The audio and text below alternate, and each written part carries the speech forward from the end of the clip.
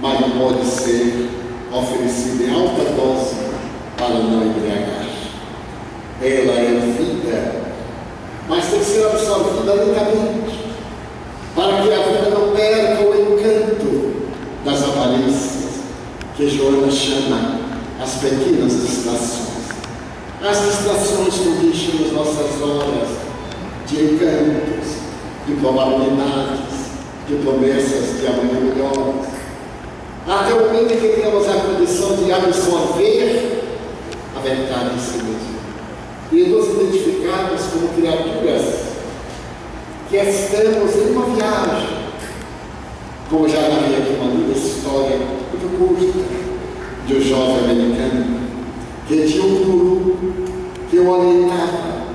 Só que o guru morava em Alexandria, no Egito, e ele fez no Arizona, numa área muito tórrida dos Estados Unidos. E certo dia o jovem resolveu visitar o seu mestre, empreendeu a imensa viagem, e quando lá chegou, teve uma grande decepção. Era uma gruta asseada, mas era uma gruta à semelhança de uma casa construída na montanha. Ele chegou, o guru estava sentado em lótus, naquela postura clássica, e não mandou sentar, porque não tinha onde sentar. Então o jovem, acostumado às quinquilharias da tecnologia e aos engodos da nossa produção tecnológica, foi tomado de surpresa e perguntou: Senhor, onde estão seus móveis? Onde estão seus pertences? Diz: mas eu não os tenho. E por que não? Aonde estão os seus pertences? Perguntou o guru. Diz: não, eu não trouxe. Eu estou em viagem. O guru disse: eu também. Eu estou em viagem. Nós estamos sempre em viagem. Acumulamos para deixar. Raramente podemos levar alguma coisa. Há pessoas que levam. Eu nunca me esquecerei de uma pequena fábula do meu primeiro livro de leitura na escola primária. Quando a escola era bela, rica e franca, nas velhas tradições, contava a história de um homem muito rico que havia desencarnado e deixava sua fortuna para 10 amigos de países diferentes: um inglês, um francês e um judeu. Mas a fortuna somente seria entregue se cada um deles colocasse no caixão 15.000 libras esterlinas ouro. Então, tinha direito a receber, cada qual, uma terça parte da fortuna fabulosa. E logo depois das exéquias fúnebres, antes de fechar o caixão, o inglês formal aproximou-se com uma caixa de madeira e a importância em libra esterlina, ouro, e fez o depósito dentro do caixão. Todos aplaudiram. Ele, portanto, era muito convidado a receber a sua terça parte. Foi chamado o francês. O francês acercou-se, sacou um talão de cheques e fez ao portador um cheque de 30.000 libras esterlinas, ouro. Colocou o cheque e tirou as 15.000. Aí chamou o judeu. O judeu olhou e fez um cheque nominal ao morto de 45.000 libras esterlinas e pegou o cheque de 30 ao portador. Então há muita gente que, apesar de querer dar e deixar, ainda pretende também levar. Mas sempre aquele que é o engodo, porque nós temos um mundo de astúcia, de pessoas que procuramos enganar-nos uns aos outros. Mas Jesus não. Ele é absolutamente despido. Eu sou. Quando a mulher samaritana pergunta: tu és então Cristo? Porque está escrito que viria o Messias, aquele que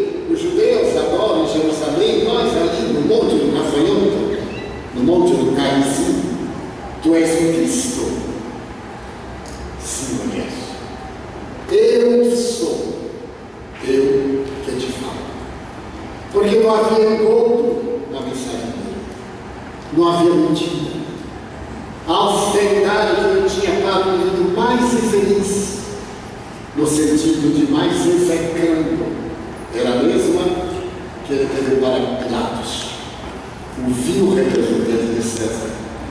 Ou para aquele que representava a tradição da velha Israel, aqueles que eram o seu sacerdote, o seu cunhado venado, a mesma postura desnudo, e aliás ele foi também desnudado das indumentárias, com uma toalha jogada nas partes prudentes para preservar o corpo.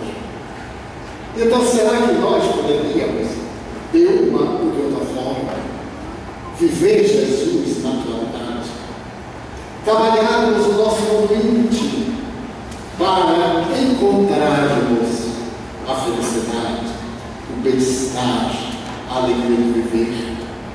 Notemos que vivemos saltando de uma fantasia para outra. Nesse momento temos uma ilusão que o mundo é maravilhoso, que as pessoas são gentis, que estão namorando, que estamos entusiasmados. Momento após o choque, o desencontro, a decepção, a amargura, para um novo salto, para uma nova proposta, para um desenho fantasioso de bem-estar, de saúde, de glória, de uma vida eterna. Então, a nossa proposta é de fazermos uma viagem à simplicidade. Não é necessário abandonar tudo e nos vestirmos da humildade na simbologia do mal moderno, nem também nos despirmos de maneira agressiva para os outros chocados, porque todo aquele que choca os outros tem um conflito e deseja impor o seu conflito. É o estado de turbação espiritual e desconformidade consigo mesmo. Nós deveremos criar um clima de radiação de bondade, de ternura, de fraternidade nesses dias tão complexos, tão difíceis, tão caracterizados pela agressividade, pela violência. Hoje eu relia uma entrevista de Chico Xavier. Ele falava dos perigosos dias, isso, há 18 anos, que a doutrina muçulmana iria apresentar a sociedade do futuro, portanto a sociedade contemporânea. De repente, nós vimos o mundo transformar-se no começo do milênio, com a Al-Qaeda, a destruição da memória cultural, quando os velhos Budas de 2 milênios foram destruídos por causa da intolerância religiosa da doutrina muçulmana ou daqueles bárbaros e fanáticos. E agora no Egito, quando a Irmandade muçulmana que tomou conta do poder desejou destruir a esfinge de Gizé, um dos maiores patrimônios da humanidade, no Vale dos Reis, porque o Corão proíbe que se façam imagens de seres, animais e vegetais. E como a esfinge tinha a representação de uma face enigmática, esotérica, planejaram explodi-la e explodir as tumbas dos faraós. Esse patrimônio da humanidade que faz parte da história mais remota da civilização, da antiguidade oriental. E não satisfeitos com esses crimes históricos, a barbárie, a volta ao humanismo, as mortes hediondas e assalvajadas, para provocar uma reação em nós equivalente. Porque quando determinados crimes ultrapassam os limites do suportável, nós desequilibramos. E é exatamente isso que não devemos permitir. Não devemos deixar que esses alucinados tornem-nos alucinados também. Já transitamos por esses caminhos. Na história do passado, nós temos Bárbara. Quem pode olvidar de Gengis Khan, o terrível conquistador da Ásia e parte da Europa? Átila, que chegou a ser denominado o terror de Deus. Mas também os romanos, quando eles invadiram Cartago e tentaram também da Cartago a célebre frase, salgaram o chão para que a erva voltasse a nascer. E Cartago está sobrevivendo em ruínas àqueles imperadores que ele deixava pedras sobre pedras calcinadas pelo tempo. Então estamos vivendo um momento muito grave em nosso lar com nossos filhos. A dificuldade do convívio, do diálogo, das orientações, as dificuldades internas em nós. Porque temos desejos, somos criaturas humanas, feitas do mesmo material que os outros, com algumas diferenças. Porque essa argamassa é trabalhada pelo Espírito que somos, esse viajante dos milênios, esse transitante das experiências multifárias das reencarnações. Então nós temos um arcabouço de valores positivos, menos positivos e perturbadores que modelaram o nosso temperamento, o nosso caráter, que nos vestiram de uma argamassa, que nos leva muitas vezes a estados de perturbação. Mas aprendemos com a doutrina espírita que não é a matéria que é fraca, é o espírito que não tem resistências morais. A carne obedece à matéria. O velho ditado latino diz: mens agita-te modo. A psique, o espírito, dá movimento à matéria. E então nós teremos que fortalecermos o espírito que somos, orarmos mais, sem nos tornarmos piados ou outro tipo de fanáticos, pessoas normais, joviais, alegres, mas, usando o termo bíblico, antenados na fonte geradora da vida. Uma provocação nos chega e a gente assim, estou acordado. Outra provocação e a gente assim, eu tenho de um fato para diminuir a pressão do tema, de um homem que se casou e era um homem interiorano das Alagoas, casou-se e ao terminar a cerimônia colocou a mulher a cavalo, montou a cavalo, afinal era uma mulher, era um cavalo, um animal muito rebelde, e foi para a propriedade. Foi indo, e chegou em determinado lugar, a mulher empacou. E ele espolhou, fez tudo, e a velha mulher no certo lugar. Ele saltou, tirou a mulher e falou para a outra: agora, vamos. A mula movimentou-se, com a mulher, sentou-se e disse: primeira vez. E foi andando. Adiante, a mulher empaca pela segunda vez. Ele tira a mulher, ele salta, toma da banda, conduz. A mulher atende, ele coloca a mulher, ele monta e diz: segunda vez. E vai adiante. Quando ele estava próximo da fazenda, a mulher empacou em definitivo. Ele tirou a mulher, ele saltou, botou a mulher, e quando ele ia montar, a terceira vez, sacou do revólver e matou. Ela ficou escandalizada. Ele disse: mas que horror! Como é que você faz uma coisa desta? Ele olhou para ela, riu e Primeira vez. Então viveram felizes até o resto da vida, porque ela não passou a primeira vez. Então nós vamos primeira vez, segunda vez, terceira vez, e aí usamos a estratégia de Emmanuel, a Chico Xavier. Quando alguém quiser parar, agredindo, procure de imediato um copo com água e coloque água na boca e conte até 10 para poder diminuir a tensão. Ele disse: e se eu continuar a jogue fora a água que aqueceu, coloque outra e conte até 10. E esse caindo aí, jogue fora, coloque água novamente e conte até 10. Então a nossa proposta desses dias da meditação, o que não nos impedirá de participar, de acompanhar, de estar num lugar alegre, onde possamos espairecer, ou um lugar tranquilo, onde possamos meditar.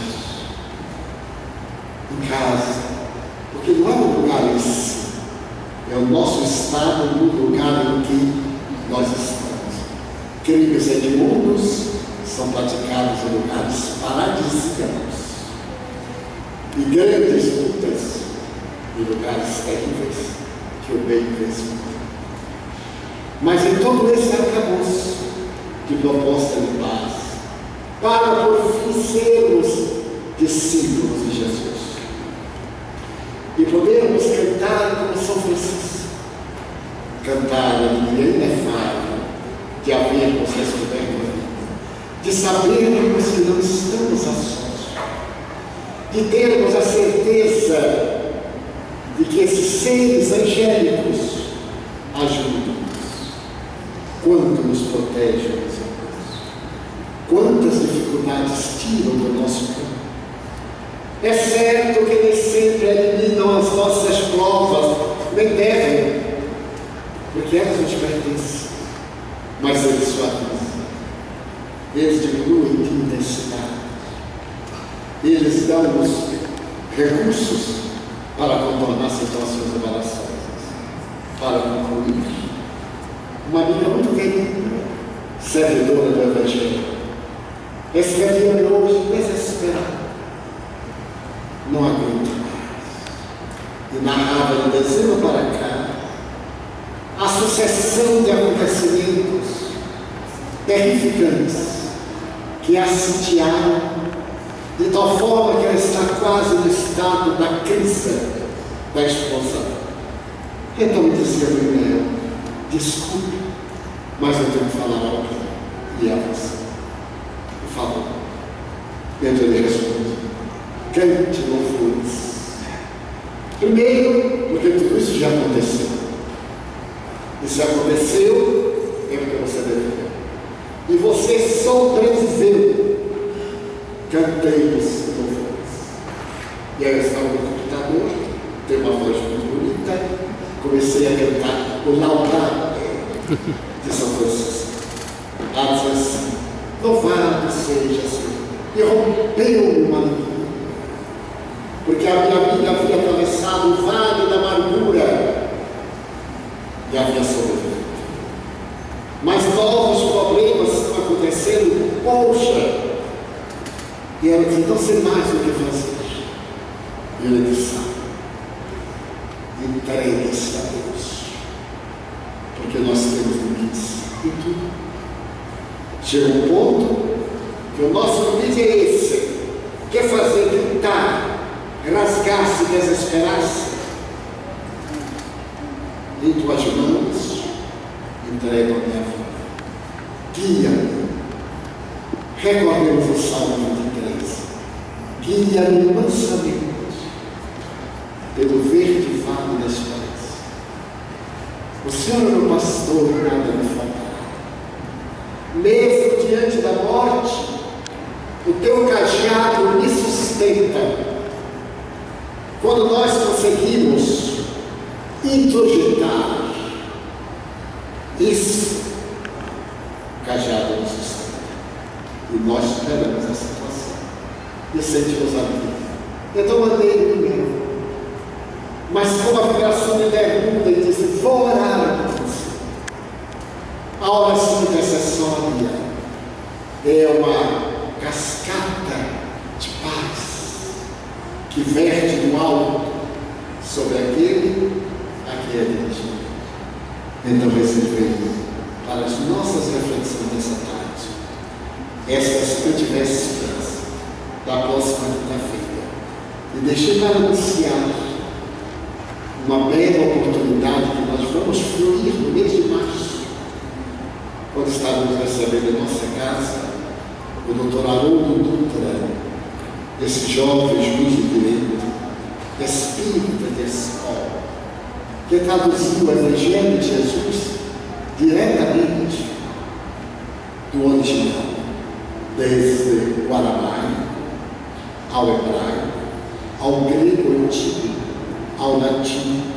Agora está em nosso alcance essa extraordinária tradução do Dr. Haroldo Dutra, que mantém uma obra de assistência social excelente no Belo Horizonte e atividades para contrabalançar a onda do mal que se espalha na terra. Está erguendo o farol. Quem não tiver um farol, acende uma vela. E quem não encontrar uma vela, torna-se um pirulão. De quando em quando, brilha a sua luz. Ele e amigos estarão conosco a partir do dia 20, sexta-feira. Mas no dia 21, sábado, todos aqui estaremos para ouvir abordar o tema Vivendo o Evangelho. Nós já vimos esse tema na mente. E quando eu lhe pedi o tema, que ele mandou? Vivendo o Evangelho. Portanto, está no ar, como Kardec disse, há 158 anos. O Evangelho está no ar. E do domingo pela manhã, das 8h30 às 10h30, estará abordando com rara felicidade pensamento e vida, uma coisa completa. Se nós conseguirmos ver o Evangelho, o nosso pensamento tornar-se a verdadeira fonte de vida. Estamos todos convidados. Convidemos amigos, repletemos nossa casa. Tragamos pessoas crentes, não crentes, descrentes, que tenham sede de verdade, que estejam procurando o rumo da estrada. E agora, vamos fortalecer-nos através das vibrações, através dos passos, que serão ministrados no encerramento da nossa vida. Vamos lá.